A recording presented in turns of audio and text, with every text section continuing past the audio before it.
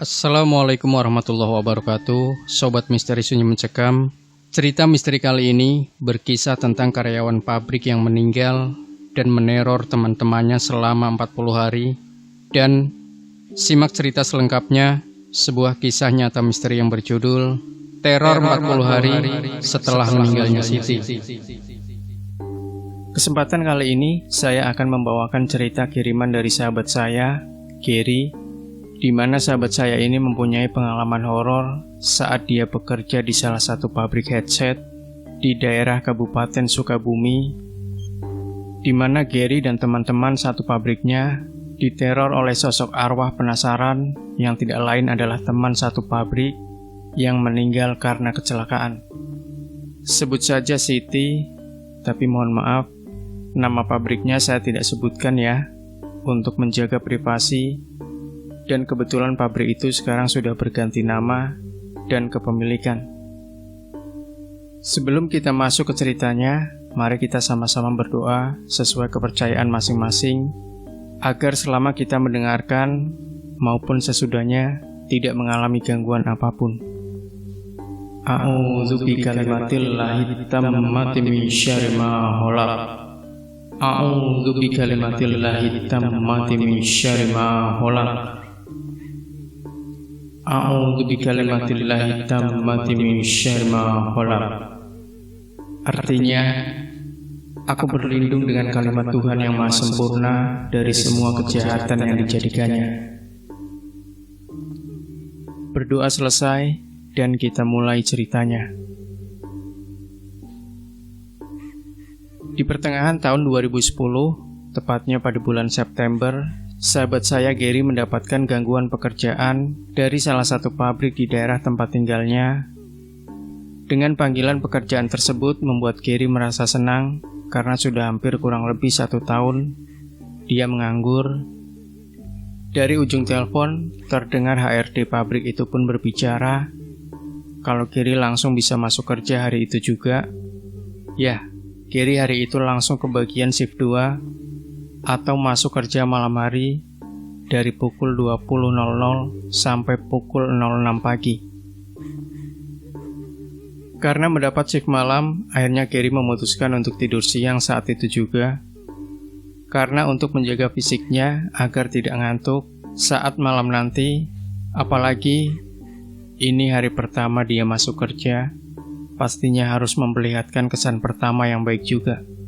Singkat cerita, malam pun tiba, pukul 18, sekitaran maghrib. Gary siap-siap untuk mandi dan sholat. Selepas semuanya selesai, Gary siap-siap untuk berangkat bekerja. Dan pada pukul 19, Gary pun langsung menuju pabrik itu. Sesampainya di sana, tampak karyawan shift 1 atau shift pagi bubar atau pulang. Sambil menunggu pukul 8, Gary memutuskan menunggu di salah satu konter depan pabrik, yang kebetulan konter tersebut adalah konter temannya. "Ger, tumben lu main kesini?" tanya temannya. "Iya nih, tadi siang gue dapat panggilan kerja di pabrik ini, langsung disuruh kerja malam ini juga," sahut Gary. "Wah, alhamdulillah dong Ger. Mudah-mudahan lu betah ya kerja di pabrik itu, dan moga aja bisa tahan sama gangguannya." Ada yang sedikit agak aneh dari perkataan temannya itu. Bisa tahan? Bentar nih sob. Maksudnya bisa tahan sama godaannya itu apaan ya? Tanya Gary. Udah. Ntar juga lu tahu sendiri lah. Gak perlu gue cerita. Hahaha. Jawab temannya sambil tertawa puas. Dasar lu. Insya Allah gue kuat-kuatin deh. Lagian, lu tahu sendiri, gue udah nganggur hampir setahun.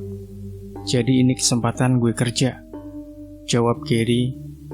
Singkatnya, jam sudah menunjukkan pukul 8 malam, dan tampak beberapa karyawan shift malam pun berdatangan.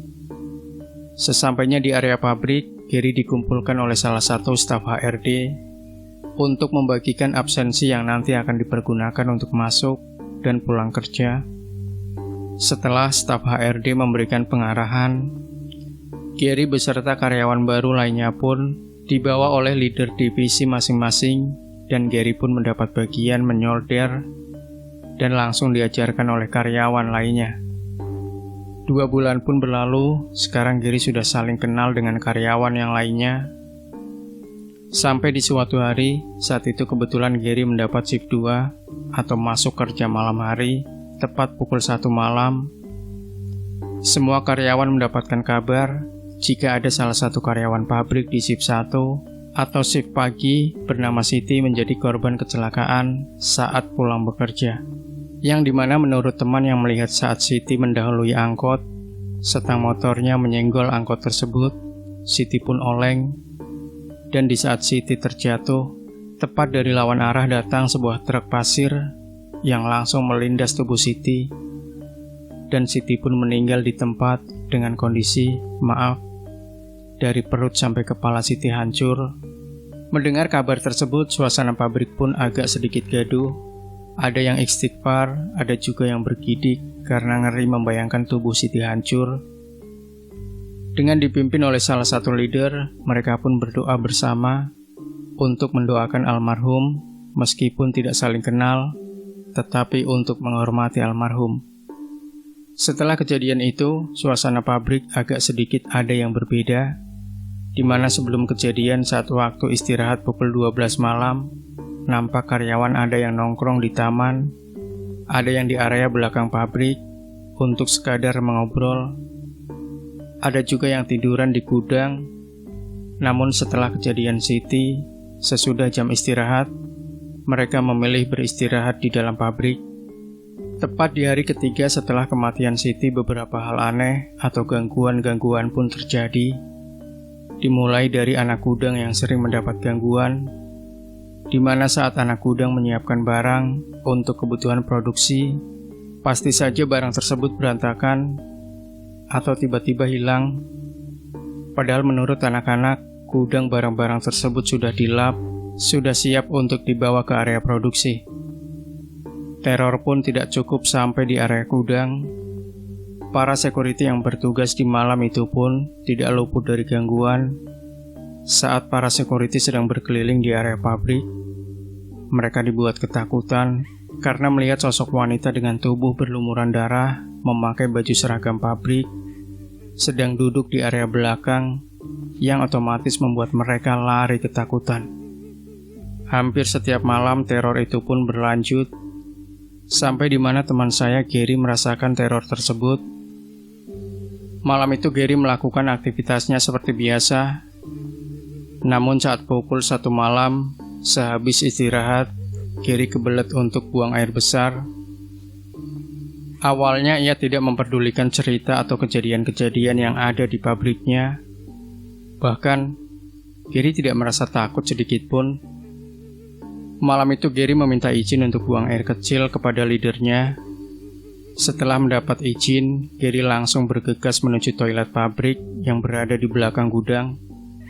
Setelah sampai di toilet, Gary langsung menuju toilet paling ujung karena dia berpikir jika ada karyawan lain yang ke toilet tidak akan mengganggu saat Gary BAB. Baru saja Gary jongkok, tercium bau anyir yang sangat menyengat. Awalnya Gary berpikir itu wajar, mungkin bau dari hawa toilet. Namun semakin lama bau anyir itu berubah menjadi bau busuk atau bau bangkai. Tapi Gary masih santai dan tidak berpikir apa-apa. Tapi tidak lama terdengar sayup-sayup suara tangisan wanita, dan Gary pun kaget. Segera dia bergegas bersih-bersih dan bersiap untuk kembali ke area produksi. Tapi saat Gary membuka pintu toilet, alangkah terkejutnya dia. Seakan tak percaya dengan apa yang dia lihat. Terlihat sosok perempuan dengan muka hancur dan sebagian tubuh hancur, tampak mengeluarkan darah, berada tepat di depan Gary. Sontak Gary kaget bukan main, terasa tubuh kaku dan lemas. Ingin teriak pun tidak ada kekuatan. Gary mencoba berdoa sebisanya di dalam hati, namun tidak bisa.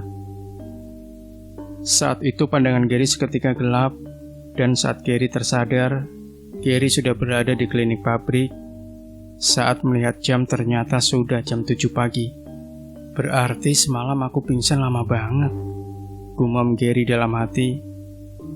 Tak lama leader beserta teman yang lain pun berdatangan ke klinik untuk memastikan kondisi Gary. Alhamdulillah, kamu sudah siuman, Ger. Gimana sekarang badannya? Masih lemas? Tanya leader. Alhamdulillah, Pak. Tapi sedikit masih agak pusing, jawab Gary. Emangnya kamu kenapa sih? Kok bisa sampai pingsan di toilet? Kamu sakit atau apa? Gary pun menceritakan semua kejadian yang menimpanya semalam kepada leader dan teman-temannya. Mendengar apa yang dituturkan Gary, tampak semuanya terlihat kaget dan ketakutan. Kejadian yang menimpa Gary pun langsung tersebar, yang otomatis membuat seisi pabrik pun merasa takut. Kejadian-kejadian aneh pun tidak berhenti sampai di situ. Terdengar kabar dari lawan shift atau dari anak-anak shift 1 yang sekarang mendapat giliran shift 2, di mana dulu itu adalah teman-teman satu shiftnya Siti. Gangguan pun bahkan lebih ekstrim, bukan hanya 1 atau 2 orang yang diganggu, tapi semua karyawan merasakan teror tersebut. Di suatu malam, tepat di hari ke-38 setelah kematian Siti, di dalam area produksi dikejutkan oleh beberapa karyawan bagian diving yang berada di ujung ruangan, mendengar suara tangisan dan rintihan yang sangat jelas. Bahkan sosok tersebut memanggil nama-nama anak diving satu persatu, yang otomatis semuanya berhamburan, dan malam itu suasana pabrik ricuh dan mencekam. Tak hanya sampai di situ saja, salah satu karyawan pun kerasukan sosok tersebut. Melihat kejadian itu, ada yang mencoba memegang, dan ada pula yang berlari menjauh. Sosok yang berada di salah satu karyawan pun berkata sambil menangis, "Tolong saya sakit, tolong saya, tolong, cari bagian tubuh saya yang hilang, tolong saya kesakitan." Terdengar sosok itu berbicara dengan nada yang sangat lirih, seperti orang kesakitan yang membuat siapa saja yang mendengar akan merasa iba dan sedih. Tak lama bapak security pun datang bersama dengan seorang bapak tua yang tidak lain adalah sesepuh di kampung atau orang pintar di area pabrik tersebut, yang langsung menghampiri salah satu karyawan yang kerasukan tersebut. Tampak sesepuh kampung mencoba berkomunikasi dengan sosok yang ada di dalam tubuh karyawan itu. Assalamualaikum. Assalamualaikum. Waalaikumsalam fil jasad. Siapa kamu, ada urusan apa mengganggu kami di sini? Tanya bapak tersebut, dan sosok itu pun menjawab, Saya Siti, tolong saya sakit. Jawab sosok itu yang langsung membuat semua karyawan kaget bahwa itu adalah Siti, teman mereka yang meninggal akibat kecelakaan. Lalu, apa yang kamu mau? Kenapa mengganggu kami di sini? Alam kita sudah berbeda. Pulanglah dan jangan mengganggu kami semua di sini. Jika ada maksud atau keinginan yang belum tersampaikan, bicaralah. Setelah itu, pergilah ke alam kamu. Tanya bapak sesepuh itu. Saya hanya ingin minta maaf jika selama saya hidup saya ada salah kepada kalian, dan tolong carikan di mana bagian tubuh saya yang hilang. Jawab makhluk itu. Bapak sesepuh pun menyuruh semua karyawan untuk memaafkan Siti jika ada salah yang disengaja ataupun yang tidak disengaja, dengan diwakili oleh leader yang langsung berbicara kepada sosok itu. Pulanglah, Ti. Kami semua sudah ikhlas dan sudah memaafkan Siti. Tenanglah di sana dan jangan lagi mengganggu kami. Alam kita sudah berbeda. Nampak leader pun menangis setelah berbicara kepada Siti. Setelah mendengar ucapan dari leader, karyawan yang kerasukan pun tersadar, dan bapak sesepuh pun memastikan jika sosok itu sudah pergi, tak lama adzan subuh pun berkumandang, dan atas kebijakan dari semua leader, akhirnya semua karyawan dipulangkan pukul 5 pagi. Tetapi sebagian karyawan leader dan beberapa perwakilan dari semua divisi memutuskan untuk berkunjung ke rumah almarhum Siti dan langsung melanjutkan berziarah ke makam Siti pada pukul 8 pagi. Setelah dari kejadian tersebut, alhamdulillah teror Siti pun sudah tidak ada lagi dan pabrik pun beroperasi seperti biasanya. Demikian Sobat Misteri Sunyi Mencekam.